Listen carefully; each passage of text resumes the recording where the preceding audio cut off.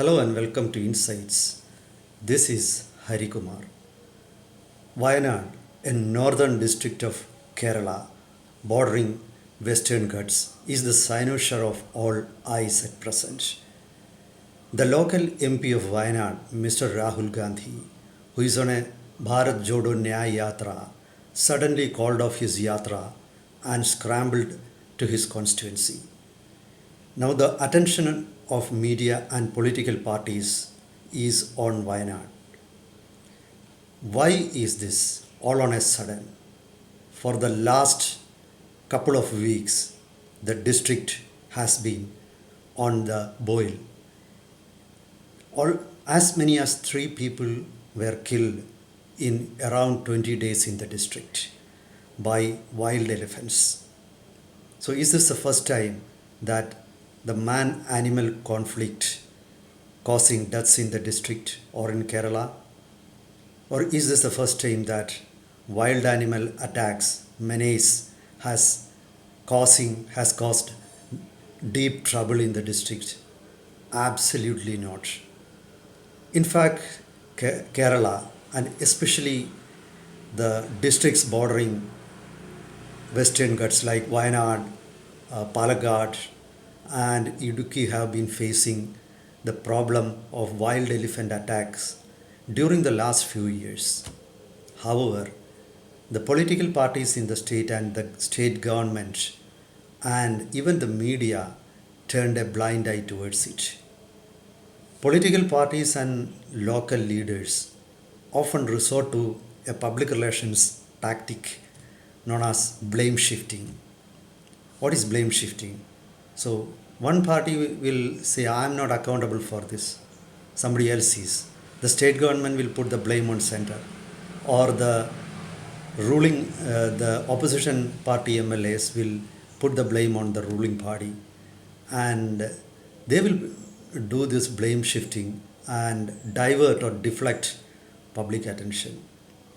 And eventually, there will be some band aid solutions which include giving a grant or some money to some of the kin of those who were killed by wild animals. There ends the intervention.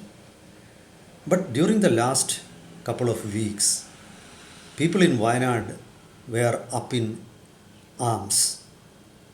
The protests were so massive, and the district collector and the district superintendent of police all have to bear the brunt of the public ire. And the other day, 2 local MLAs of the opposition, that is, they are Congress MLAs, they were also attacked by the angry public. Though some say there have been some conspiracies behind this, but the fact is that it seems the people are agitated. If you look at the general scenario in Kerala during the last couple of years, you will be surprised to know how many people have been killed by wild elephants. In 2019, 15 people have been killed in Kerala by wild elephants. In 2020, the number of people killed was 20.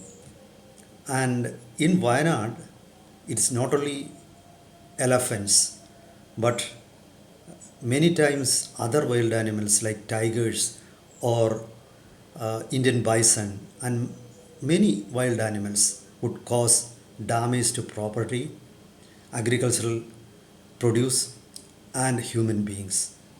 Unfortunately, all those who get injured or killed in wild animal attack belong to the lowest strata of the society. Those killed include women, tribals, laborers, agricultural laborers, farmers, etc. Actually, the state government has not been doing anything to solve the problem permanently. So that is why I said, right from 2019 till date, there have been scores of deaths and property worth few hundreds of crores were destroyed. But there is no permanent solution. and nobody even talks about it. It's an irony that political parties in Kerala, which take so much interest in the agitation of farmers in Delhi, are silent on the plight of farmers in Idukki, Wayanad, or Palakkad. So they are not bothered. The media, which highlights the farmers' agitation in Delhi, not speaks much about the problems of farmers in Kerala. This is actually, it sounds like irony, but there seems to be a plan behind it also. All this could be part of a PR strategy or PR exercise successfully executed to divert the attention of people. The surprising thing in Kerala is people never speak about problems in local issues. So, in elections, local issues are rarely discussed. For example, in the last few months, Kerala has seen many protest marches, many protest meets on Manipur issue. Kerala has also seen many protests over Israel Hamas conflict. But outside Wayanad or Idukki or Palakkad, one never sees any protests or any meetings or even any discussions about the plight of farmers. When a few farmers are killed or when some catastrophe happens, there may be some discussions on television channels or newspapers may publish some reports, but it ends there. Nobody follows it up. So this is the actually the real problem in Kerala, that people are not bothered about what is happening around. Two floods happened in Kerala, and in 2018 almost 500 people killed in Chenganur and nearby areas. But nobody discusses it now. People have very short memories. They never pressurize political parties to solve their problems, and politicians always succeed in diverting or deflecting the attention to issues which are not related to Kerala. The same is happening in all the hilly districts. Actually, the wild animal menace is not just felt by hilly districts of Kerala. Even those littoral districts, those districts which are bordering the Arabian Sea are facing wild animal menace. Wild boar attack is common now everywhere. Of course, the government has now given permission to kill wild boars which have become a threat to agriculture and human life. But at the same time, now the problem has gone out of hand. It seems that nobody has a perspective or the right perspective. People take or media take incidents separately and they fail to take it or give it the importance it deserves. This is because even media fail to put things in a perspective. Suppose a media report appears about how many people were killed by wild animal attack in the last 10 years and how much property, how much the total estimated value of the property destroyed by wild animals, or what was the impact of wild animal attack on society. If such article comes, the real devastation or the real damage done will come to light. But unfortunately, media also fails to do that. Probably all these are because of intervention from the ruling parties, because they don't want the public to realize the gravity of the situation. So people tend to take these killings as isolated events. The fact is that there are many jumbo or elephant hotspots in Kerala where elephant attacks are regular. Recently, a newspaper published a report which said there are 3 elephant hotspots in Kerala, which include Aralam in Kannur, then Wayanad, and then Palakkad.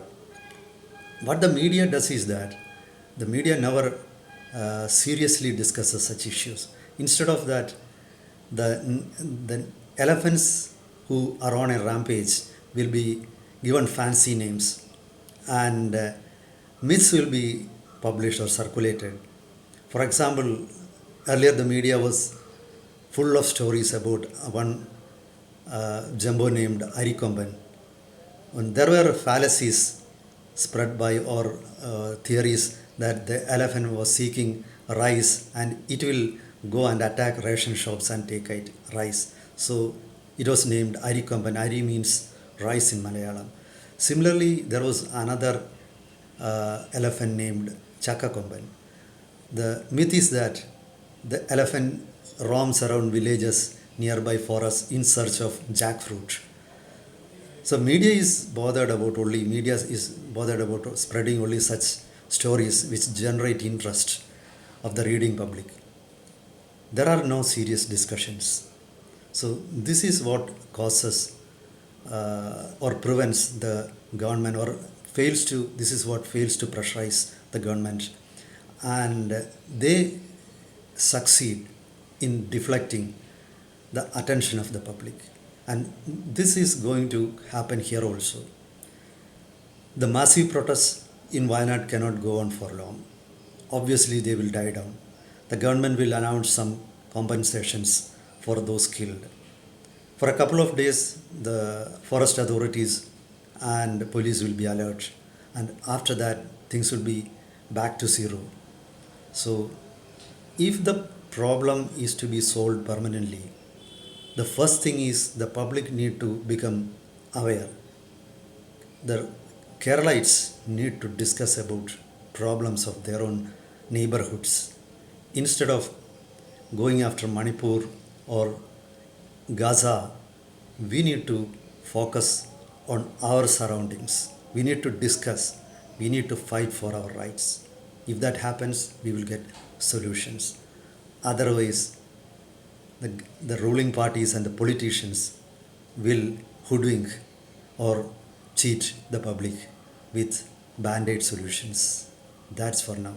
Meet you with another topic next time. Till then, goodbye.